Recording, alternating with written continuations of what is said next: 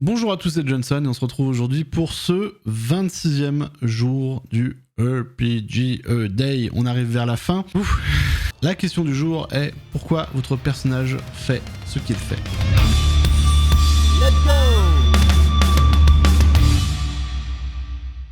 Alors petit rappel habituel, normalement cette question c'est pour le personnage du moment, comme j'en ai pas vu qu'en ce moment je fais beaucoup de masterisation, je vous parle du PNJ que je m'amuse à placer un peu partout. Un des PNJ que je m'amuse à placer un peu partout, parce que c'est vrai que y a pas que celui-là. Donc là on parle de John Miller, un agent secret en général ou un membre du service de renseignement qui s'amuse un peu, enfin qui s'amuse pas mais qui soit qui traque les joueurs, soit qui leur met des taquets quand ils sortent des clous légaux en tout cas de leur univers. Il me sert un peu de guide en fait, plus ou moins.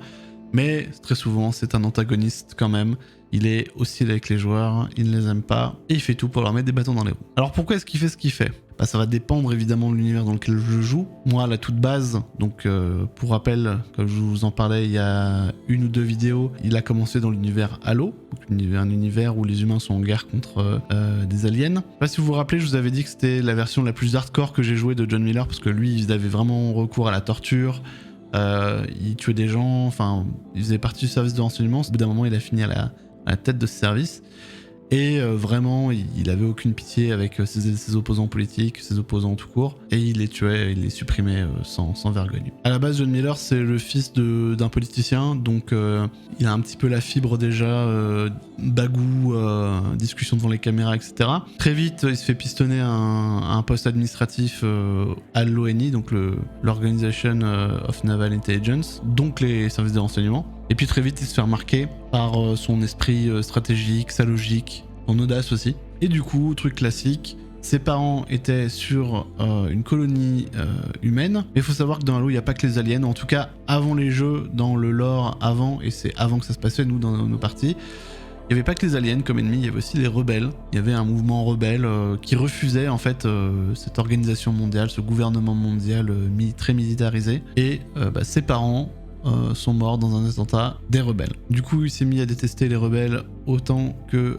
les aliens. Et dès qu'il a pu accéder à un poste qui lui permettait d'enquêter, de faire des choses de son côté, il s'est pas privé de commencer à traquer ses premiers rebelles et de leur faire payer. C'est un PNJ, en général, le lore, les PJ s'en foutent, donc j'ai pas créé un truc non plus incroyable. En plus, dans cet univers, quand j'ai commencé à le jouer et que j'étais pas encore Game Master, il a croisé la route d'un mec encore plus sadique que lui qui était son responsable. C'est ça aussi qui l'a beaucoup fait aller dans cette direction, quoi. Et avec la menace alien se rapprochant petit à petit de la Terre, et bah forcément il est devenu encore pire dans ses manières de faire. L'apogée a été quand il a été nommé à la tête du service de renseignement, où là c'était festival, quoi. Torture, assassinat dans tous les sens.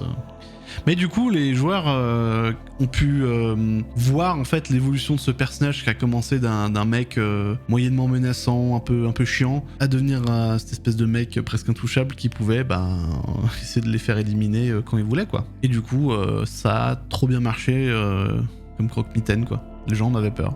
Les gens le détestaient aussi, mais il était...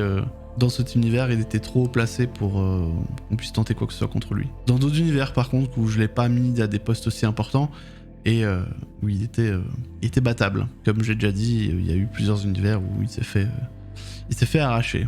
Après, pour le lore dans les autres univers, il y a beaucoup d'univers où je lui ai pas créé de lore, en fait. C'est juste un mec qui agit beaucoup par vengeance, par haine. J'ai déjà vu plusieurs Game Masters qui disaient que un bon Game Master donne un background à chacun de ses PNJ. Non.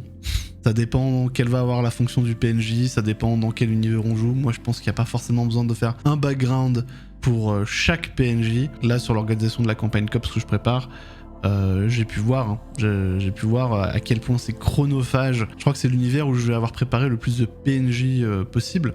Et j'avais commencé au début à essayer de leur créer un petit background pour chaque qui remontait à l'enfance et tout, mais laisse tomber. Tu t'en finis pas en tant que maître du jeu si tu fais ça.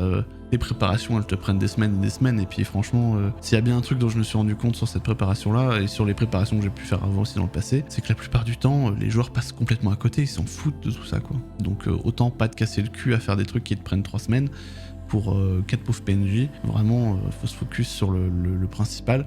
Donc en ce qui concerne ce personnage, effectivement, il y a pas mal de scénarios où il avait pas vraiment spécialement de background, c'était juste un mec haineux qui était en quête de vengeance contre tout le monde, et puis voilà quoi. C'est tout pour aujourd'hui. Vous aussi, dites-moi dans les commentaires pourquoi est-ce que votre personnage fait ce qu'il fait, qu'est-ce qui le motive à agir comme il le fait. Vous retrouverez dans la description tous les liens de mes réseaux sociaux comme d'habitude, ainsi que les liens des chaînes de Roll or Die, Actual Play, sur lequel je travaille avec des amis.